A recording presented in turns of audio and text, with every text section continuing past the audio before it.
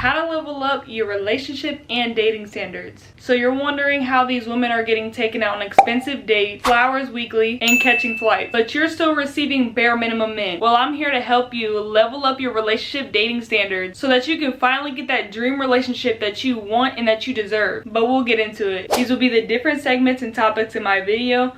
Which attachment style are you? There are 4 different attachment styles in relationships. They're secure, that's usually what everybody wants to be. Anxious attachment style, that's what I used to be. Avoidant attachment style, and disoriented attachment style. So just to give you a little rundown of each attachment style. Like I said before, secure attachment style is usually where you want to be at. Anxious attachment style is like scared of abandonment. They're overly clingy. They have the roller coaster effect in a relationship. Like that feeling up and down of emotions in the relationship. In an avoidant attachment style, they're distant. This person you usually might have to chase because every time you try to get close to them, they kind of push back and they reject before getting rejected. Disoriented attachment style is a mix of both. Sometimes they want to be close and sometimes they don't want to be bothered at all. So they can be clingy and distant. Your goal is to become secure attachment style. And if you're able to find someone that already has a secure attachment style, that's great. But if you haven't, it's good to know what their attachment style is so that you're able to work with it. Major changes. You need to work on your inner self and fully heal from your past relationships before seeking someone to come into your life and give you what you want and what you think you truly deserve. So that's the first thing. Second, if you want to find love, you need to be vibrating at a higher frequency so that you're able to attract that. So I got my handy dandy iPad so I can show you guys what I'm talking about, and I'll put it on the screen because you might not be able to see it with the glare.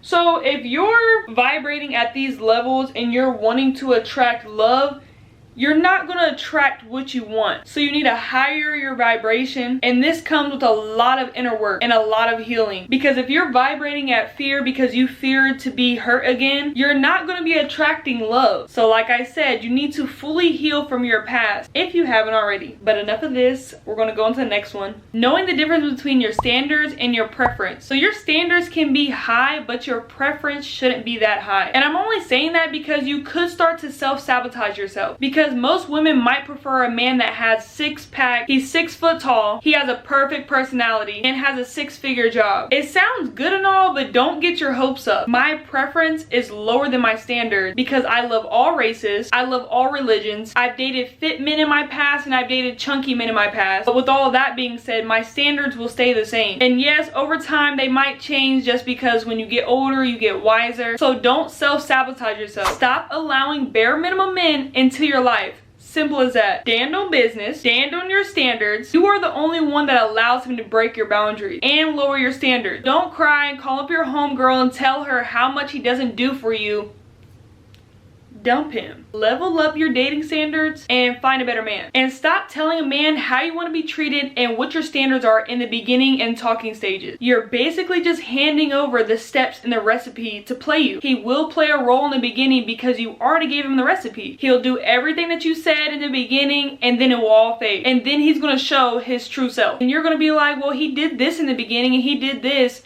Yeah, because you gave him the recipe. He only knew how to treat you because you told him how you wanted to be treated. If they show you their true character, believe it and run. Don't send him paragraphs after paragraphs telling him how much he hurt you. He knows. He's not willing to put that effort in, but then he doesn't want to lose you. So then he just wants to keep you around. And I only know this so well because I've been through it. So please listen up. When I say run, run. Your mental health and peace is more important. Do not tell him what happened in your past relationships. Keep it neutral. Don't tell them other men did the bare minimum because then they're going to think that you accept the bare minimum. So they're going to do a little bit more to get you and try to keep you. And realize most men do not care if you have a nice car, a beautiful home, a lot of money. So don't start off with that. Just start off with who you are, your authentic self, without letting them know the external things about you. Because at the end of the day, women's standards and men's standards are completely different. Typically, if a man's looking for a wife, he's looking for a loving and caring woman with mother traits, probably someone that's put together and definitely has a good hygiene, can usually cook and clean. So some men might feel intimidated because he's meant to provide and protect, and it's hard for him to find a purpose in a relationship if he's not able to do that. So an easy way to solve this is don't come off super independent, like you don't even want to be in the relationship. And another reason why you shouldn't come off super independent independent is because he's gonna think that he can just take advantage of you because you do have money, you can take care of yourself. Some men will be like, oh well, she doesn't need my help, so I'm not gonna do much for her. And some women might get upset because they're buying gifts for him, going over and beyond for him, and wonders why he doesn't give it back. And then they break up and he goes and gives it to another girl. It's because he kind of treated you like his sugar mama, because that's how you came off. And I'm truly speaking from my past, so trust me and believe me. The next topic is making new standards. Make a list of your deal breakers and non-negotiable, bare minimum standards, and your dream man. So I've already written all of these out in my journal, and I'll give you a little breakdown of my standards. I wrote down some things on my notes so I wouldn't forget.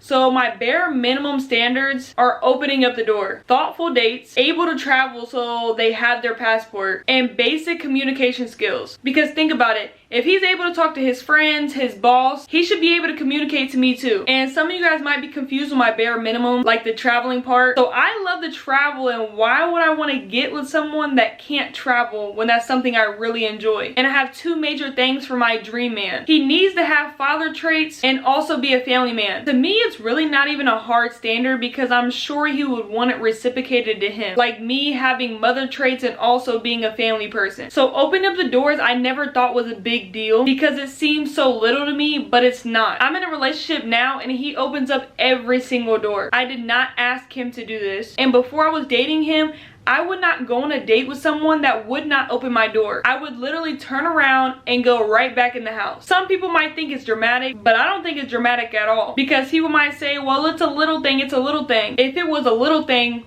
why can't he do it? And if it was a little thing, why don't more men do it? I honestly don't see it as often as I should. Like a man pulling out the chair for a woman. It's a little gesture, but you don't see it as often as you should. So is it really little? Next thing, if he wanted to, he would, is so true. Think of a man if he met his dream girl. He's gonna go over and beyond for her. And if you're not his dream girl, you're going to be that girl that he continues to call at 2 a.m. just to come to his house and chill. So be realistic. He wouldn't do anything to jeopardize losing you. So just keep that in mind. And now we're on to the final topic, actions and lifestyle. These are going to be actions and things that you can start implementing to your life so that you can truly raise your dating standards. So the first thing, you cannot blame a man because he's not giving you the treatment that you want. You are the only one allowing him to treat you that way. If he's not giving you what you want and what you need, move on, because you cannot change him. Once you make those new standards and boundaries, hold yourself accountable. Do not lower your standards and do not let him cross your boundaries, because then that will start you back at ground one. And then you're going to keep wondering why you're getting bare minimum men. So if you don't want to deal with it, don't allow it. You are disrespecting yourself by allowing him to cross your boundaries and lower your standards. Like, think about it in a guy's perspective. He's probably going to start losing respect for you because he knows he can manipulate you and get you to lower your standards and for you to keep coming back to him. And for another example, just imagine an influencer. If they kept telling people they're going to do something and when it came down to it, they go back on their word. It's the same thing in a relationship. That man's going to lose respect for you because you set these high standards and boundaries but keep allowing him to cross them. So why would he respect them if you don't respect them yourself? So you need to know when it's time to leave the situation. Yes, having high standards is going to make you feel like you're lonely, or you're going to feel like you don't have that many options out there with men, but it's going to keep you from getting hurt and getting stuck in stupid situations like situationships. On to the next. Date someone for their personality, because beauty will fade and personality will last forever. So this one, some women have different opinions on it. I will prefer a thoughtful date over an expensive date. So let me explain. So yes, don't get me wrong, it's nice to get taken out to a fancy restaurant, but I would appreciate it more if the man put thought into it. Like if he took me to breakfast in the morning, because I love breakfast, and then he followed it up with like a museum or an activity. So that could be like a sip and paint or a cooking class. I just would appreciate a thoughtful date over an expensive date any day. You don't need to be rich to be thoughtful. So tell me down in the comments which one you guys would prefer, because I would really love to see responses. So this gets us to the end of the video. I hope you learned from my experience, and if you did and you like this content, consider subscribing,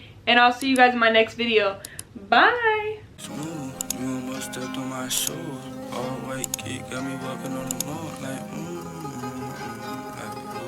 Looks like you lost another one. Bitch, move. You almost stepped on my all white kid, got me walking on them.